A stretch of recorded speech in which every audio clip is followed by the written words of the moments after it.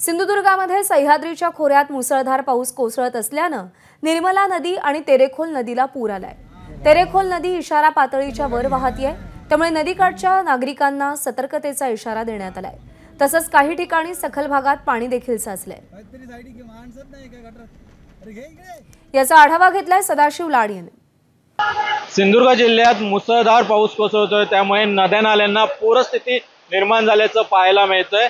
तेरेखोल नदीला पूर आल्यामुळे मांद्यातील आडवळी परिसरात पाणी साचलेलं आहे आणि आपण पाहत असाल तर या ठिकाणी पाणी साचल्याचं चित्र पाहायला मिळतंय। अशीच परिस्थिती जिल्ह्यात अनेक ठिकाणी आहे। ठिकठिकाणी सकल भागात पाणी साचलेलं आहे आणि त्यामुळे जनजीवन जे आहे ते जिल्ह्यातलं विस्कळीत झालेलं आहे। जिल्ह्यातील तेरेखोल नदी जी आहे ते इशारा पातळीच्या वर वाहते, त्यामुळे तेरेखोल नदीकाठच्या नागरिकांना प्रशासनाने सतर्कतेचा इशारा दिलेला पाहायला मिळतो। त्यासोबतच निर्मला नदीला पूर आल्यामुळे 27 गावांचा संपर्क तुटलेला पाहायला मिळतो। त्यासोबतच निर्मला नदीवर साधारणतः 4 ते 5 पुलं जी आहेत ती पाण्याखाली गेलेली आहेत। त्यामुळे एकंदरीत जर पाहिलं असेल तर सिंधुदुर्गातील जनजीवन जे आहे ते धुवाधार पावसामुळे विस्कळीत झाल्याचं चित्र पाहायला मिळत आहे। कॅमेरा पर्सन योगेश सह सदाशिव लाड, एबीपी माझा, कुडाळ, सिंधुदुर्ग।